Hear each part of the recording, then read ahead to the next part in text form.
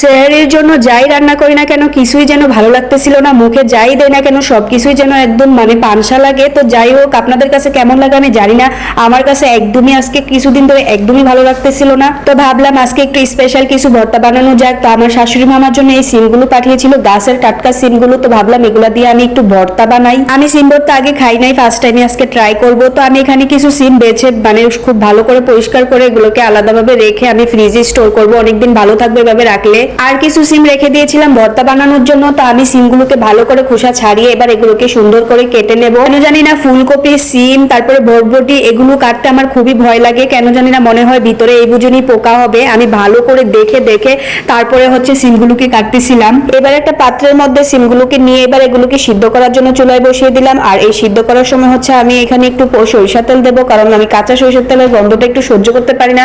তাই আমি যখন ভর্তা বানাবো তখন আর সরিষা তেল ইউজ করবো না, এখনই দিয়ে দিলাম। আর এটা খেতে কিন্তু খারাপ লাগে না, আমার কাছে ভালোই লাগে। তারপর সাথে কয়েক টুকরা আলু দিয়ে দিছি। আর দুর্ভাগ্যবশত হচ্ছে আমি আলুগুলোকে পরে দিতে ভুলেই গেছিলাম ভর্তার মধ্যে। যদি আলুটা দিতাম তাহলে একটু ভালোই লাগতো।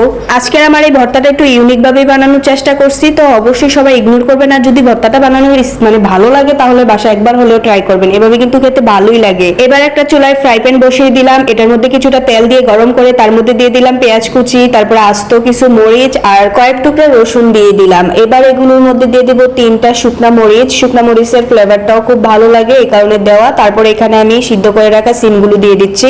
এবার আমি সবগুলোকে ভালো করে ভেজে নেব। এভাবে ভেজে একবার হলেও ভর্তা বানিয়ে দেখবেন, সত্যি আমি এটা আলাদাভাবে এক্সপিরিয়েন্স করছি, মানে আমার কাছে খুবই ভালো লাগছে। আমি জানি না আপনাদের কাছে কেমন লাগবে, বাট আমার কাছে খুবই ভালো লাগছে। তো এই তো আমার এগুলো সবগুলো ভাজা হয়ে গেছে। আর একটা কথা, আমার আশেপাশে থেকে একটু ভালোই নয়েজ আসতেছে, এগুলো একটু ইগনোর করবেন কারণ মেয়ে দুষ্টামি করতেছিল।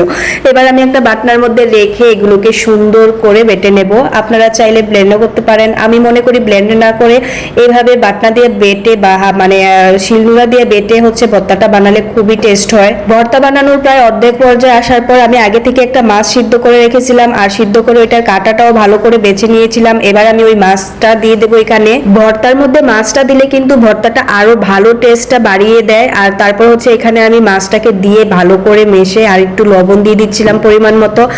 আপনারা পছন্দ অনুযায়ী লবণটা দিবেন। তো তারপর হচ্ছে এগুলোকে আমি আবারও ভালো করে মেখে নেব। ভর্তা বানানোর শেষ পর্যায়ে আমি এখানে ধনিয়া পাতা ইউজ করেছি। আমি এখানে ধনিয়া পাতা দিয়ে এগুলোকে আবারও বাটনা দিয়ে বেটে নিচ্ছিলাম। তো বাটনার এক পর্যায়ে শেষে হচ্ছে আমি হাতে ভর্তাটাকে আবারও ভালো করে মাখিয়ে নিচ্ছিলাম। তো ভর্তাটা হাতে মাখানোর কারণে কিন্তু টেস্টটা আরো ভালো লাগবে। এই তো আমার ভর্তাটা প্রায় কমপ্লিট হয়ে গেছে। এবার এই ভর্তাটা যদি গরম গরম ভাতের সাথে খাওয়া যায়, মানে কি বলবো, সত্যি যখন মানে সেহারির সময় গরম গরম ভাতের সাথে যখন আমি এই ভর্তাটা খাইছি, সত্যি খুব খুব খুব ভালো লাগছে।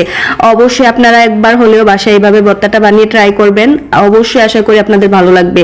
আর আজকের আমার এই ভিডিওটা কেমন লাগছে অবশ্যই কমেন্ট করে জানাবেন। আল্লাহ হাফেজ।